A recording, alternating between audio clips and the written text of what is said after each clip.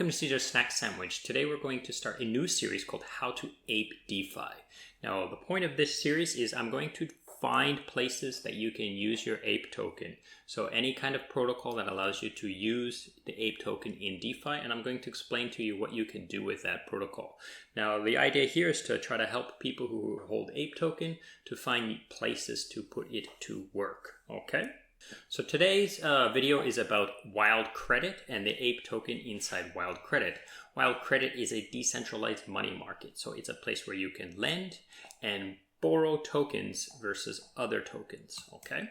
So if we go inside to the app here and we go to pairs and we go down, you can see APE is here supported and versus ETH.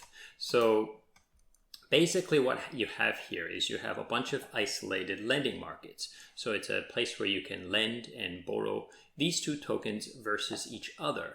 But if you say you open a position on these tokens, the situation of these tokens won't affect your tokens in here. So these are called isolated markets. So they're safe from each other, okay? But there is a chance of getting liquidated in some of the positions in here. So the easiest thing you can do here if you have APE token is you can supply APE here. Just go supply, make sure your wallet is connected, press max, press deposit, and your tokens will go inside. And you will earn approximately 2.7%. Now this will change based on people borrowing the APE token, okay? So keep that in mind. This will go up if more and more people are borrowing the APE token, and this will go down if less and less people are borrowing the APE token. So back over here. So that's the easy one. You can supply your APE token here and get 2.9% more APE tokens per year, which is not awesome, but it's okay. So the second thing that you can do is you can supply your APE token here, and then you can borrow versus the value of your APE token here. So basically you supply first and then you have some collateral value inside there, and then you borrow some ETH versus that, and then you can do whatever you want to do with that ETH. So for example, some of the things you could do is, let's say you wanted to long APE token, right? So you could supply APE, you could borrow ETH, right? And then you could buy some more APE. And then if APE went up in value, you could sell some of that APE to pay off the ETH. Now you have to keep in mind that this is not like a dollar value thing. It's not APE going up in dollar value. It's APE going up versus ETH, okay? So that means if ETH goes down, but the APE token stays the same value, then you will also make money and you will also be able to sell some APE for ETH and get your money back. So how to best see this? So if we go over to Dex Screener and we make sure that we are on the right pair of APE versus WETH and so forth, you can search for it right here. Just put APE and then find the pair that's APE WETH. Then you can see that this is the current US dollar value of APE token, right? But if we come up here and switch to WETH, then we can see the chart looks quite different, right? So this is the value of APE versus ETH, okay? So you have to keep that in mind. You're not talking about US dollars, you're talking about APE versus ETH when you use this liquidity pair. So be careful about that, okay? So back to the idea. So you can supply APE, you can borrow ETH, and then you can use that ETH to go 2x or double long up on to leverage up on APE. And if you think APE is going to go up faster in value than ETH, okay?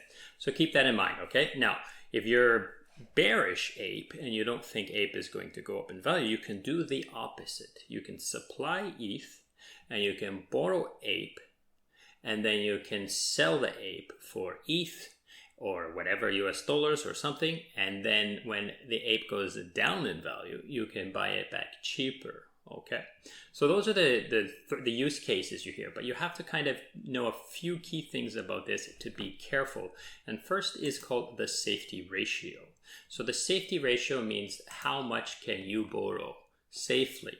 So the safety ratio, the collateral factors of all tokens are currently set to 0.6. So what does that mean? Let's say you have $100 of APE token or $1,000 of APE token, actual US dollar value of APE token. Then you can only borrow 60 or $600, 60% of the value of your APE token. You can only borrow that amount of ETH. And that's the safe part, okay? And now if your position goes to 60.1, so 61 or 0.60000001, then you might get flagged. You will get flagged and possibly liquidated. Now the liquidators have to choose to do the liquidation based on, so it's not guaranteed you'll get liquidated, but there's a good chance you will get liquidated, okay? Now, liquidations have a cost of at least 12%.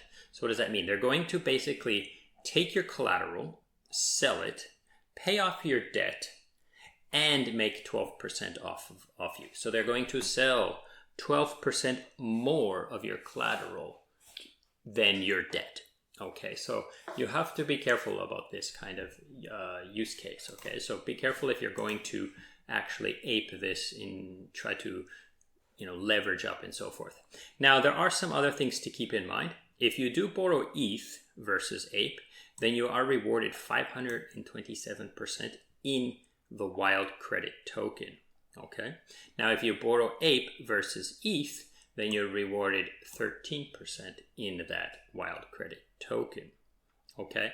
Now, there's one more thing to notice.